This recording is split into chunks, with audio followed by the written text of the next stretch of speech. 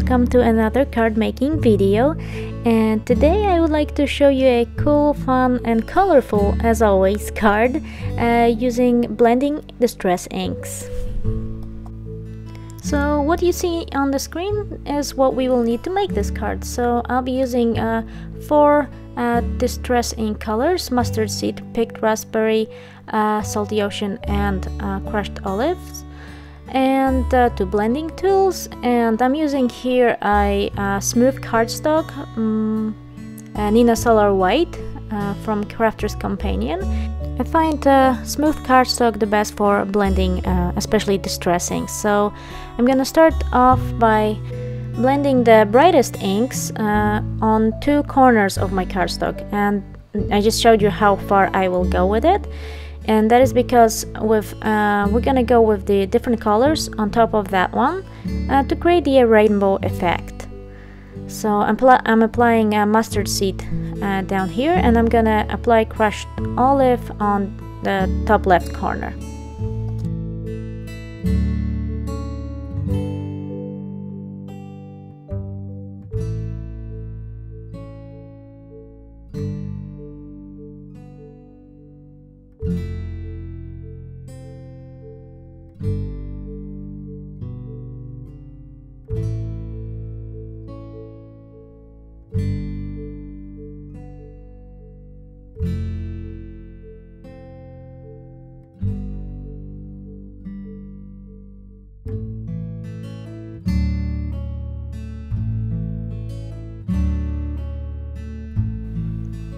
And here I'm showing you on the already finished card how much space we will need for the actual color that we just blended, and the rest will be the area that we're gonna combine 2 colors and creating a new color.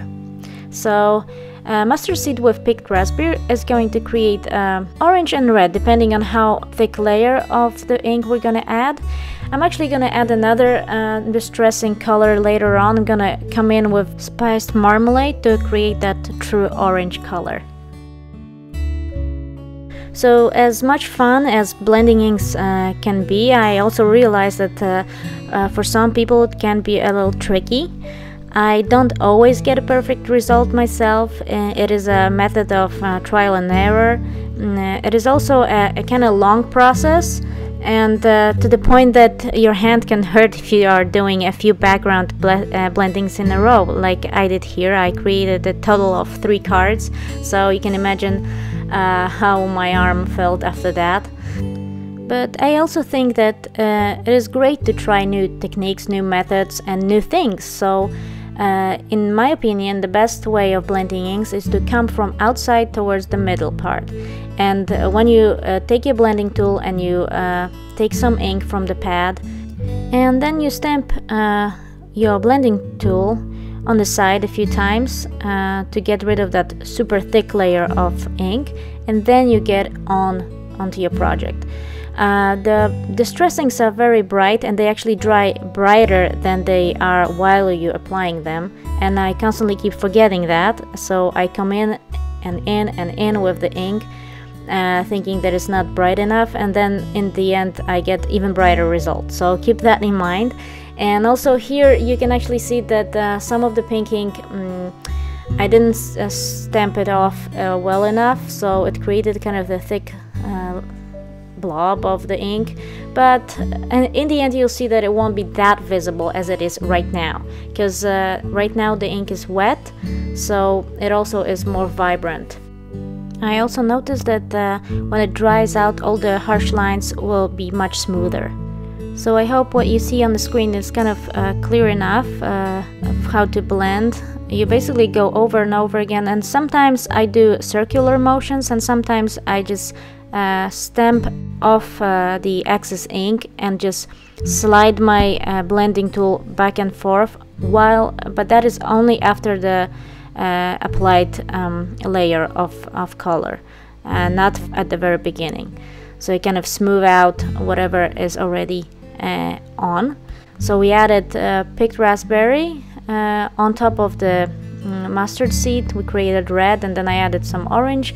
Then we came in with salty ocean, and we created the purple. blue crossed with pink creates purple. And then we also blending Salty Ocean with the crushed olive, and that creates this beautiful rich green. And as you can see, we only used 4 plus that orange, so 5 inks, and we created 8 different colors. So that is also an advantage of distress inks. If you don't want to buy so many at the beginning, just get those who blend and create the 3rd color, and you can save some money.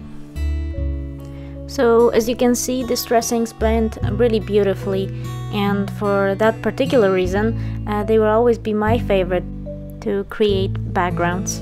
And I really encourage you to try these out if you like to create your own backgrounds. They blend together perfectly, they react with water, and you can also use them as watercolors, so as you can see in one of my previous videos. So they're very versatile, and they have so many gorgeous colors.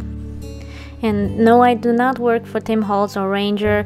I just really truly believe that this product is awesome, and it worked for me for from the very beginning. Actually, one of the first inks I got was Mustard Seed from Distress Inks collection, and then I got I think Fired Brick and started blending these two together, and I saw how beautifully they work. I'm sorry, I hope I don't bore you with all my talking, but at the moment we're gonna add some border to the card front that we finished. I'm using Lawn Fawn newest stitched borders, which have 4 different patterns, and this one is just a regular stitching. So it is best to adhere it to your project and to the surface, so it doesn't move, because when it moves it's gonna ruin your whole project, and it would be such a drag to start from scratch.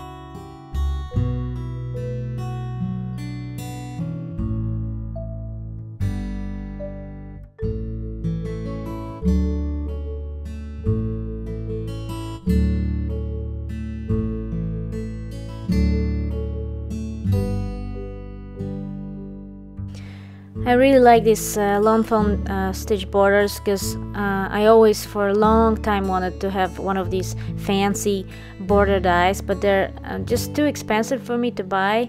And in this pack you pay like I think about £8, or I don't know, about $7, and you have 4 different patterns, and you can create your own borders. I mean, it takes a little more effort, but in the end you save tons of money, so I think it's a great deal.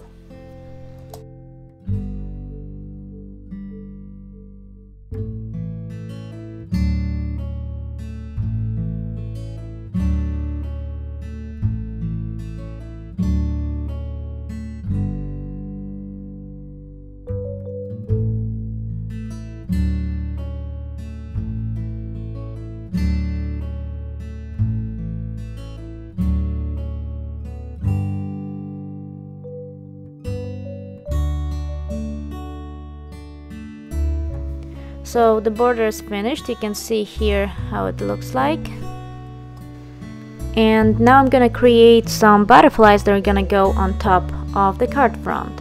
So I'm using a little butterfly from a stamp set. I don't really remember the brand or anything. And I'm using VersaFine Onyx Black ink, because I'll be heat embossing the butterflies. You really don't have to, but I just thought that it's gonna look nice. And you know, the ink won't smudge, because I'll actually use the clear embossing powder on top. So I'm gonna cut those out with a little white border, and then I'm gonna adhere them on top of a card.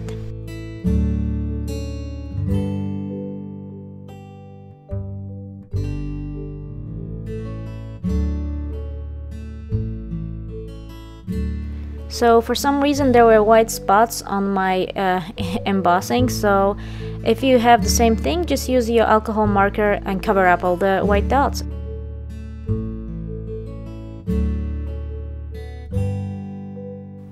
So now for the sentiment, which I am also gonna stamp using VersaFine Black Onyx ink and heat emboss it. I'm using Happy Birthday sentiment from old Hero Arts stamp set. I'm gonna try to list all the tools and supplies I'm using in the description below. I don't have in links just yet, but I'm working on it, so stay tuned.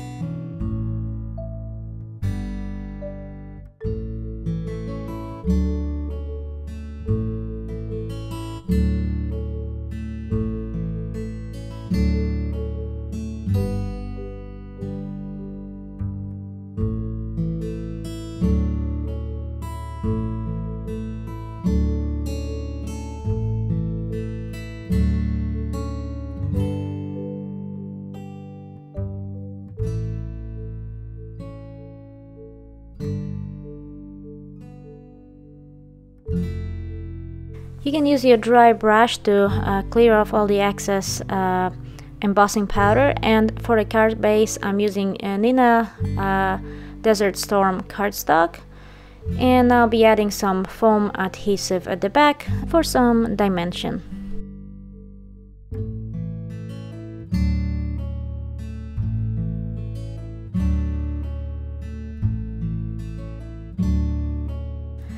So that's the first two cards I created. As you can see on the one on the left, the butterflies were kind of in two rows. I didn't like that so much, so I'm gonna just show you the third card where I adhere the butterflies in a kind of more random order.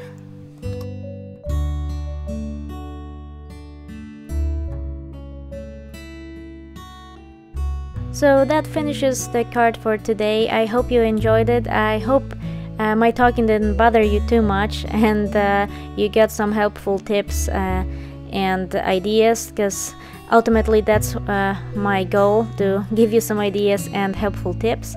And if you liked the video, please give it a thumbs up and subscribe if you're new. And just a huge thank you to all my new subscribers. Welcome. I hope you enjoyed the channel, and there's many more new videos coming soon. Thanks a lot for watching. Have a great day.